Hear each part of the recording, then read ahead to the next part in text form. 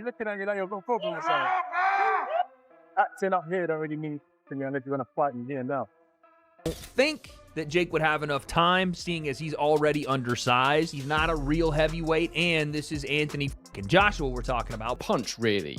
If he takes a big punch from Jake Paul, if he gets hurt in any way by Jake Paul, if he doesn't absolutely ice Jake Paul within a few rounds of this 8-round scheduled bout, well then it really affects his credibility. Watching Jake Paul in the ring, it's clear he's undersized for this matchup.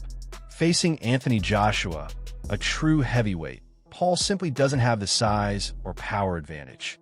If Joshua takes a clean punch from him, it won't faze him, but if Paul somehow lands something meaningful, it could affect the perception of the champion. Given Joshua's skill, though, he would likely assert control within the first few rounds of this 8-round bout. Tensions flared at the press conference after the fight build-up, when Joshua directly addressed Paul over comments that were seen as disrespectful. The champion made his frustration known, showing how seriously he takes both his craft and his reputation. It don't matter, like, people we're gonna fight now. The intense press conference was just the start of the debate surrounding Jake Paul and Anthony Joshua. Analysts quickly jumped in, breaking down the potential risks and what the fight could mean. Legendary trainer Barry McGuigan didn't hold back, noting the very real fear seasoned boxers might feel facing someone like Paul. Drawing from decades of experience with elite heavy hitters, McGuigan stressed that a single clean shot can completely shift a fight, underscoring just how dangerous this matchup truly was. Some people are saying, you know, AJ's grabbing the bag. There's nothing wrong with that, because anybody else, if they got offered that kind of money, they would do it. So, yep. And some people are suggesting it might damage his legacy. Where do you sit with the decision of him taking that fight? And it's a professional 8-round fight as well. Yes, it's a highly dangerous fight for Jake Paul. I don't know what he's doing, unless they have done some sort of caveat or some sort of agreement that he says he's going to go easy on him, or he's not going to go flat out.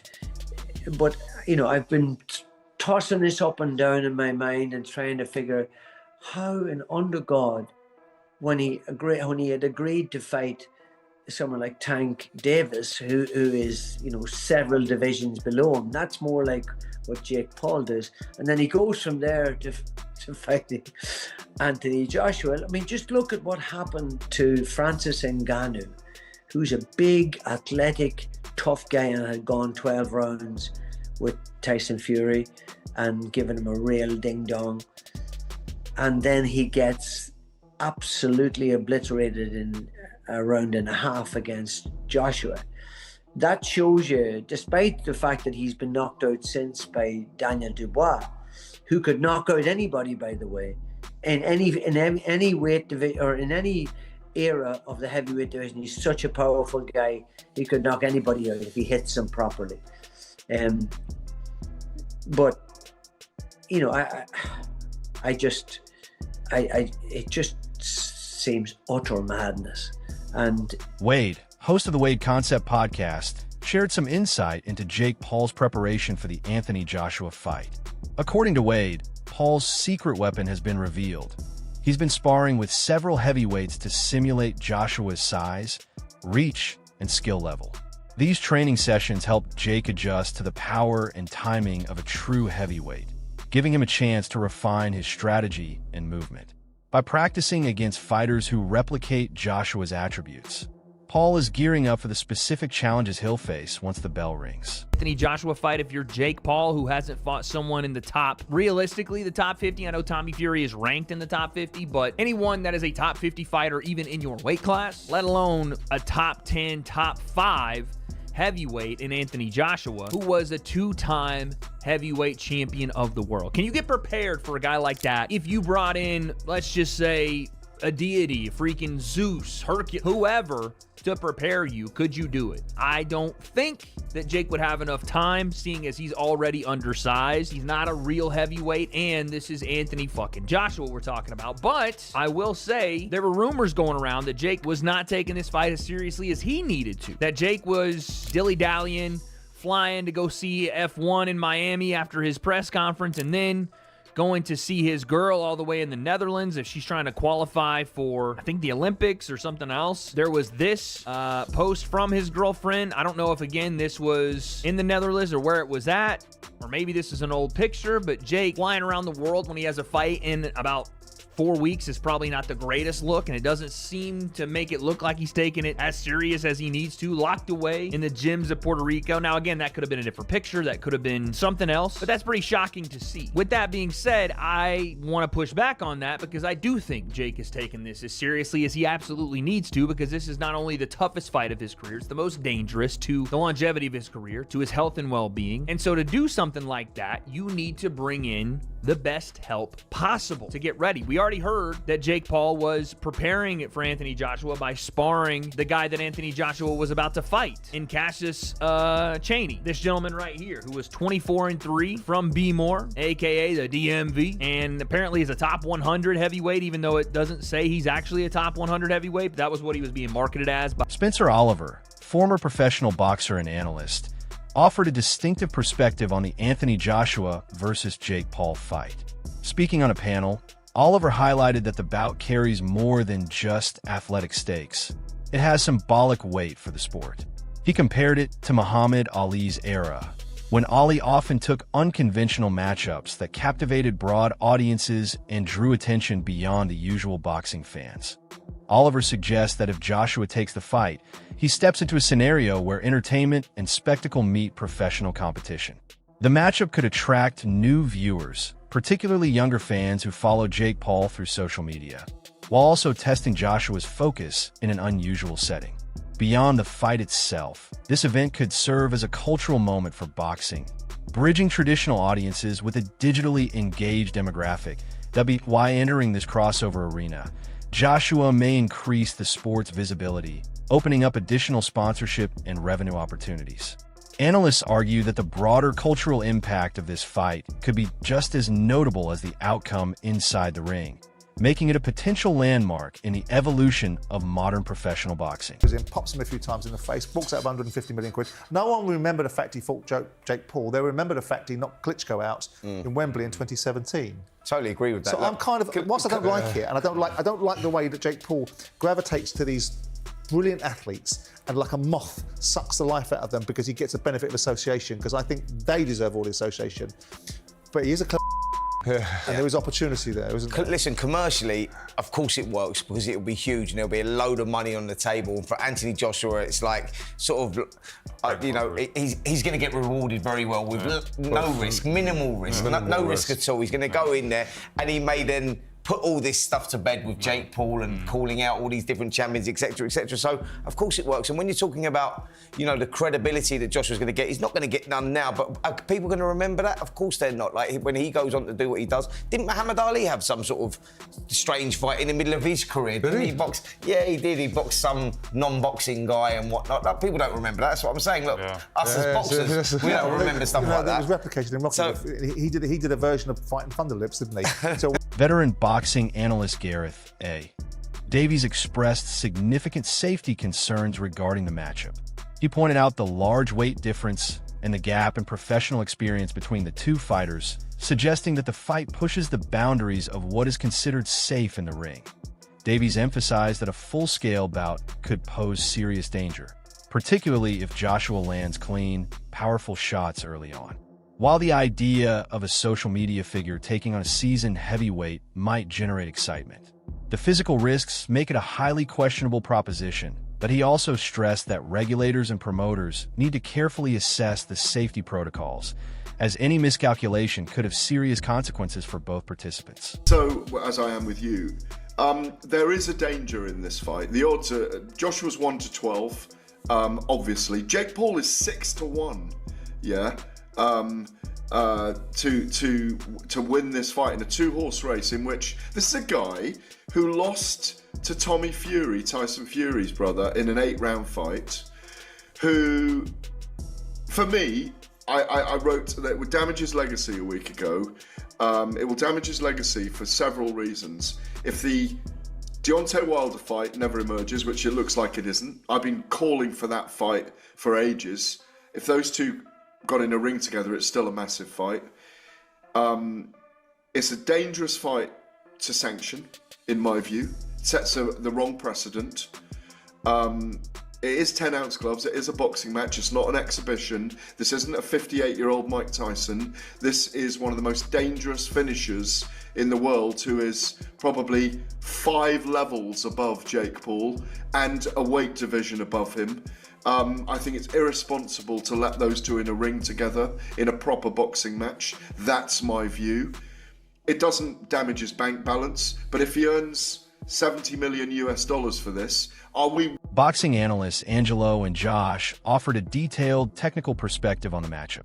Looking at experience, skill, and physical attributes, they noted that while Jake Paul shows courage, he does not operate at the same level as elite heavyweights like Anthony Joshua or Deontay Wilder. They highlighted that fighters of Joshua and Wilder's caliber possess a rare combination of timing, precision, and power that can instantly change the dynamics of a fight. These abilities are honed over years of disciplined training and are complemented by natural physical advantages that are difficult for smaller or less experienced competitors to match.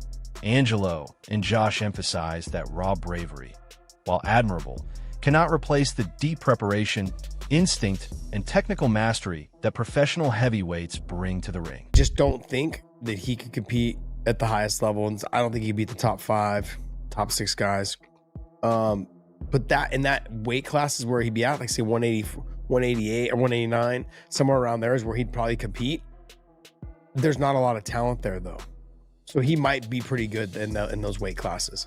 Him competing in the heavyweight division against like Deontay Wilder or Anthony Joshua or anybody else, no, he gets annihilated. I'm very surprised he signed this fight. I was shocked he signed this fight. I texted my buddy Bo, because Bo follows boxing really well, and I texted him. I was like, dude, we might see a death. And he said the same thing. He's like, I cannot believe he agreed to that fight. But the numbers, the numbers that are, nobody knows the true payouts. They're saying it's around $200 million that they're splitting evenly. So they're getting about $100 million each. He said that it was $267 million. So I don't know who you believe or don't believe, or it could be they're splitting 200 and the 67 delta, they had to pay DAZN because Anthony Joshua has a contract with DAZN. And this fight's going to be on Netflix. DAZN. It's DAZN. So they, which makes, how the hell? Please stop saying DAZN, okay?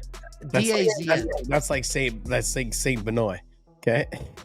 Where's the O in DAZN? It's DAZN. Well, there's no O or no E at the end. But so they had to buy. They basically had to buy Anthony Joshua his permission to do. Boxing analyst Henry points out that the risks in this matchup aren't entirely one-sided. While much of the discussion centers on the danger Jake Paul faces against a seasoned champion, Joshua also carries significant stakes. Even a brief lapse in focus or execution could give Paul an opportunity, potentially impacting Joshua's reputation despite a probable win. Henry emphasizes that for a fighter of Joshua's stature, anything less than a decisive victory could be seen as a blemish rather than a triumph. The analysis highlights that this fight is not a guaranteed showcase for the champion.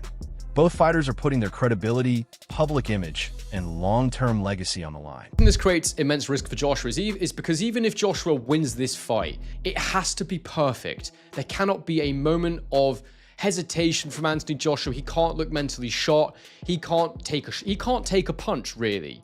If he takes a big punch from Jake Paul, if he gets hurt in any way by Jake Paul, if he doesn't absolutely ice Jake Paul within a few rounds of this 8-round scheduled bout, well then it really affects his credibility. All the things that have ever been said about him, he's a hype job, he's been coddled. He didn't really want to fight Deontay Wilder when they were both in their prime. He's just a big bodybuilder, as Tyson Fury loves to put it. Anyone who's ever doubted him will have absolute ability to do so. And so the fact that this is actually a sanctioned fight, it tells me that Anthony Joshua cannot be going in there or will not go in there and try to carry Jake Paul. Otherwise, it might as well just be an exhibition. If he does go in there and carry Jake Paul, my fear for him is that most people will not be aware that that's what he's doing. Reputationally, it would just cause serious damage. And like I say, I think the only way he comes out of this unscathed, reputationally, is by going in there and securing a clean knockout. Anthony Joshua can't do anything to boost how people view him as a boxer in this fight. All it can do is damage him unless he's punch perfect. He's fighting someone who realistically has nothing to lose and absolutely everything to gain. And that in itself can be dangerous, it can be risky. And given that Jake Paul has achieved so little, given that Anthony Joshua wants to remain relevant and credible, so it seems, because he has a couple of potentially big fights left, especially against Tyson Fury, why is he doing this? He doesn't want to jeopardize that, surely. Well, I can tell you exactly how I think he has rationalized this in his mind. The first thing is that he's going to get paid an absolute shed load of money. Around 50 million is what we're hearing. I've heard 50 million pounds, 50 million USD, but whatever happens, it's a significant amount of cash. Possibly one of his, will be one of his highest ever career paydays, possibly similar to what he'd make for a Tyson Fury fight. But for what? Like 1% of the risk? I don't know. I don't know how to put it in numerical. Promoter Eddie Hearn breaks down the fight from both a strategic and financial perspective, explaining why the terms on the table are compelling for Anthony Joshua. Hearn points out that Joshua has already achieved most of what can be accomplished in the heavyweight division, so the substantial purse makes the matchup an attractive opportunity. According to Hearn, the decision is as much business as sport. The fight offers a financial payoff that surpasses typical bouts, allowing Joshua to capitalize on his status while staying in the spotlight. In this way, the matchup blends competition, entertainment, and financial strategy, showing that high-profile fights are often about more than just what happens inside the ring. Yesterday by the ring by Mike Coppinger, that one's in the works and looking likely for December. What can you tell? Yeah, not yet. I mean, there has been conversations, obviously. I think it comes down to how true, they are. Jake Paul is that he actually wants to fight. I mean, he's a madman if he wants to fight. But for some reason, and he thinks he can beat AJ. And I have to be honest, we were going to have a run out in December over 8 rounds against a bloke you've never heard of. And we may end up having a run out against Jake Paul for a career high payday. I don't see how we can turn it down. When I asked you about it a couple of days ago, you said that at that time you never really got into the financials. Have those been discussed now? Have you discussed the financial element? Yeah, there has been some conversations around that, and it is, it's a huge amount of money. And I think AJ would be mad if he didn't do it, and I think he will do it if Jake Paul is genuine. We may wake up tomorrow with these people and they've announced another fight. Honestly, anything could happen. So I still can't get my head around the fact that this guy wants to challenge AJ. There's some respect to him if it's true, but we shall see. To end on that note, I spoke to Alfie Sharman earlier. He said that himself with DAZN have had no conversations about AJ potentially taking that fight. Obviously, AJ is exclusive to DAZN. What's the situation with regards to that? Because I know apparently the fight's done. Obviously, it's not done because those conversations have to take place. I'm very confident that I can have some positive conversations with DAZN. Obviously, we'll be on a clock, but it's a 50-50. Last one from me. I saw Chris McKenna tweeted that Anthony Joshua currently doesn't have a British Boxing Board of Control licence. Obviously, it's not unusual for someone who isn't fighting currently, he's inactive, to let it run out. But he would have to apply for one to face Jake Paul again, and then they'd have to approve a fight. Former world champion David Haye highlights how unpredictable boxing can be. He notes that even though Anthony Joshua enters as the clear favorite, nothing is certain once the bell rings. Haye emphasizes that underestimating any opponent, regardless of their record or background, can result in surprises inside the ring. While acknowledging the steep challenge Jake Paul faces, Haye stresses that every professional fighter must respect the abilities of anyone they face. This unpredictability keeps both the fighters and the audience fully engaged and on edge throughout the match. It was only a couple of months ago that we were told it was really close, and then it was Jake and Tank, and now that's off for other reasons. Your initial reaction to the fact that December Miami might be on? Yeah, jumping from Gervonta Davis all the way up to Anthony Joshua seems absurd. It doesn't seem like it's a reality. Seems very Jake Paul. It seems, but sometimes these crazy things. Who would have ever thought Francis Ngannou would get a shot against Tyson Fury? When we first started talking about it, it's like that's never going to happen. And when it did, we saw Tyson Fury have a very, very tough night, get knocked down and scrape through on points. Anything's possible in boxing. I think the chances of Jake Paul beating Anthony Joshua, I don't know, he's got a very, very low chance. I can't see any way that Jake Paul can win a boxing match with 10, 12-ounce gloves on with Anthony Joshua. Anthony Joshua, world champion, silver medalist, Olympic gold medalist, 2-time heavyweight champion. he's a top 10, top 5 in some people's arguments heavyweight, and he hasn't gone that far over the hill. He's not Mike Tyson, nearly 60 years old. I can't see it happening, but if it can happen and AJ wants it, then obviously it's going to be a massive payday as well as a massive spectacle. It'll be an absolute crush box office numbers, and unfortunately for Jake, that will be potentially his last fight in boxing. That wraps up today's video. Thanks for watching, and be sure to stay tuned for our next episode.